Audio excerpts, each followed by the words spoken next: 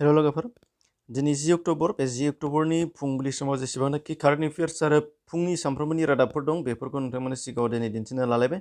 दा बे हिसाबै दिनै फारि-फारियै नोंथांमोना जोबजासिम नायलांबा नुनो मोननाय जागोन। बे जाहैबाय आंनि ब्लग पेज, नोंथांमोना बेयावबो भिजिट खालामनो हागोन। बेनि लिंकखौ आं डिसक्रिपसनाव होनानै होयो आरो बेनिफ्राय नट खालामनो हानायनि सुबिदाया साबसिन जायो आरो। दा फार्स्टआव फैगोन एमाजन इन्डिया आरो इन्डियान रेलवेया माने टुरिजम कर्प'रेसनजों सोमोन्दो खालामनानै होबाय। जाहोना जाहैदों होनदों एमाजन इन्डियायाव ट्रेननि टिकेटखौ बुकिं खालामनो हानाय जासिगोन होनदों। बिनि थाखाय एमाजन इन्डिया आरो इन्डियान रेलवेआ केटारिं एन्ड टुरिजम कर्प'रेसनजों पार्टनार जादों। दा बे गोदान बाथ्रा, बेयो जोबोद गोनां जानानै फैगोन। दा खोथाया जाहैबाय एमाजननि फाउन्डारा जाहैबाय जेफ बेज'स आरो बेनिफ्राय गायसननाय जादों 5 जुलाइ 1994 5 जुलाइ। बेनिफ्राय हेडक्वार्टार वाशिंटन DC USA आरो इन्डियान रेलवे मिनिस्ट्रिया जानानै दंमोन, नोंथांमोना नुगासिनो दंमोन पीयूष गोयल, गोबां खिन्थागासिनोखा। जायफोरा रेगुलार नायो बिथांमोना मिथिबानोखा।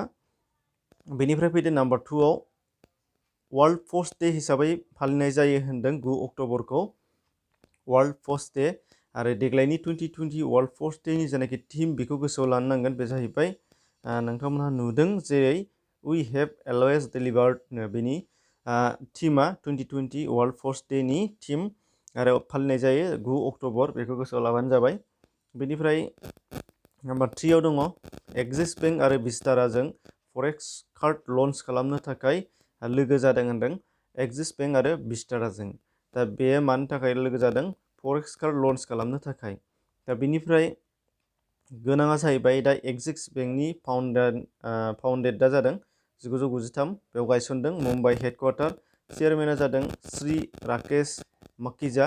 बेनिफ्राय MD आरो CEO जादों अमिताभ चौधरी, बे बिथांमोनहा। आरो बेनिफ्राय विस्टारानिफ्राय फैदों 2013आव गायसननाय जादों।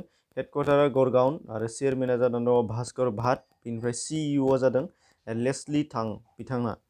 दा गासैखौबो गोसोआव लाबानो जाबाय, नट खालामना लाब्लानो जाबाय। बिनिफ्राय नुगोन नाम्बार 4आव। दा नाम्बार 4खौ बुंनायनि सिगां नोंथांमोनहा जायफोरा गोदानै फैदों चेनेलखौ साबस्क्राइब खालामाखैबा खालामनानै नटिफिकेसन बेल अन खालामनानै ला, नोंथांनि सुबिदानि थाखाय। बेनिफ्राय नुगोन नाम्बार 4आव बे भारतआव वाइल्ड लाइफ उइकखौ बोसोरफ्रोमबो फालिनाय जायो 2 अक्ट'बरनिफ्राय 8 अक्ट'बरसिम।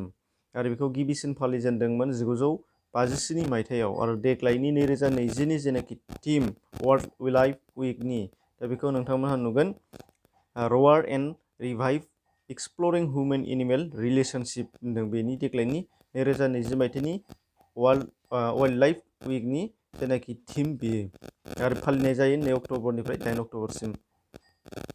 नाम्बार 5आव दङ जर्डान हादराव गोदान गाहाय मन्थ्रि थिसनबाय, माने प्राइम मिनिस्टार गोदान थिसनदों जर्डानाव। दा बिथाङानो जादों बिशर अल कासवानी। बे नोंथांमोनहा बेखौ गोसोआव लाबानो जाबाय, गोदान प्राइम मिनिस्टार। बेनिफ्राय जर्डाननि केपिटेला जादों अमान, कारेन्सिया जाहैबाय जर्डानियान दिनार।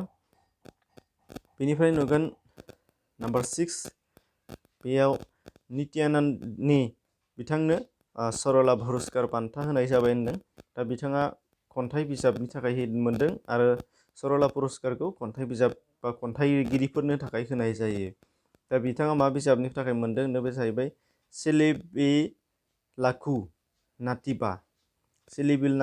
सेलिबिलाकु नातिबा 2017आव बिथाङा लिरदोंमोन बे बिजाबखौ। बे जाहैबाय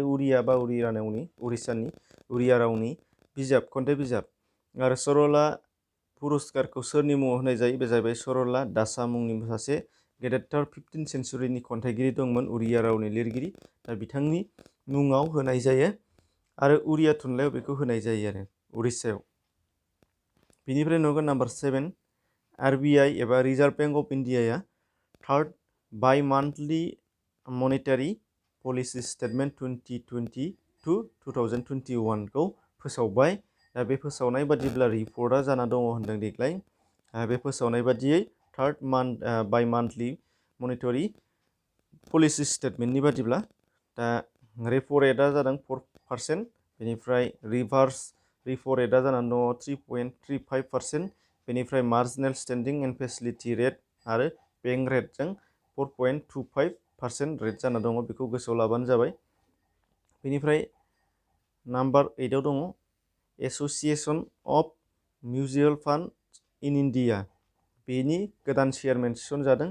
दा बे एस'सिएशन अफ मिउचुएल फान्ड इन इन्डियानि गोदान चेयारमेना जाहैबाय नीलेश शाह बिथाङा थिसनजादों।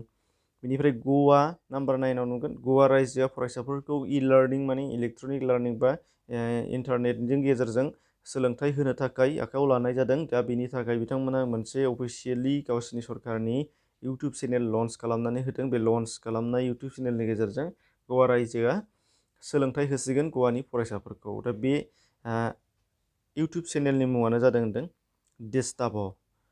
नोंथांमोना नुदों बे डिस्टाभ', बेखौ नट खालामना लाबानो जाबाय। गवानि सोमोन्दै मिथियाबा जानो केपिटेला जाहैबाय पानाजी, गभर्नरा जानानै दङ भागत सिं कछारी, बेनिफ्राय CMआ जानानै दङ प्रमोद सावंत। नाम्बार 10 भारतनि नगर रेलवे स्टेशनखौ मुं सोलायनानै होबाय। नगर रेलवे स्टेशनमोन सिगाङाव, दा बेखौ सोलायनानै सिद्धार्थ नगर रेलवे स्टेशन मुं होनाय जाबाय। दा बे सिद्धार्थ नगर रेलवे स्टेशना बबेयाव दङ होनदों? उत्तर प्रदेशआव दं।